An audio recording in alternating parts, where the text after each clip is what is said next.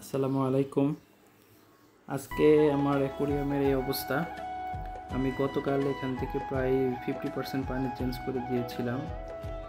আজকে খুব সুন্দর ক্লিয়ার হয়ে গেছে।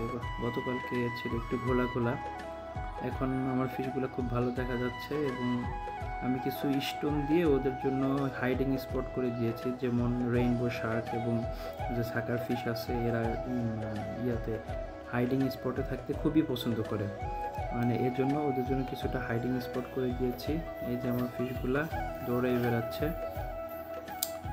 এই যে দেখা যাচ্ছে গাপ্পি মাছ, গাপ্পিগুলা, টেট্রা, অ্যাঞ্জেল ফিশ, এরা সবাই খেলা করছে। বেশ সুন্দর লাগছে দেখতে।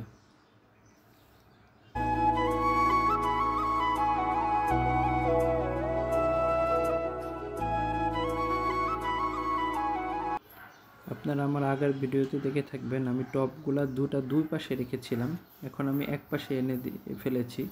কারণ হচ্ছে টপগুলা এবং স্টোনগুলা দিয়ে এক পাশটা রেখেছি ওদের জন্য হাইডিং স্পট হিসেবে এবং অন্য পাশটা রেখেছি ফিল্টারের জন্য।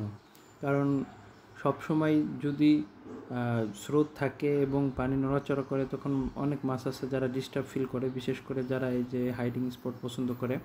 এই জন্য ফিল্টারটাকে এক পাশে করে দিয়েছি, আর এই পাশটা ওরা প্লে করবে, মাঝে মাঝে আসবে, প্লে করবে, এবং অন্য পাশটা ওদের জন্য হাইডিং স্পট হিসেবে থাকবে এর জন্য। আর এই টপ দুটোয় আমি কিছু হাইড্রোপনিক গাছ লাগাতে চাচ্ছিলাম। এখন দেখি বাজারে কি পাওয়া যায়, আমি খোঁজার সময় পাচ্ছি না, এই জন্য লাগাতে পারছি না। ওই যে দেখা যাচ্ছে যে আমার সাকার ফিশ স্টোনের নিচ দিয়ে, আমি প্রত্যেকটা স্টোনের নিচ দিয়ে একটু স্পেস রেখেছি, যাতে করে মাছগুলো ওখান দিয়ে চলাফেরা করতে পারে। আর বাইরে থেকে দেখলে ওরকম মনে হচ্ছে না।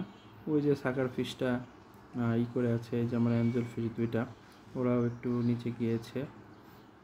আর শার্ক খুব দৌড়াদৌড়ি করে, একবার স্টোনের নিচে যায়, আবার স্টোন থেকে বের হয়, লুকোচুরি করে, দেখতে খুবই ভালো লাগে।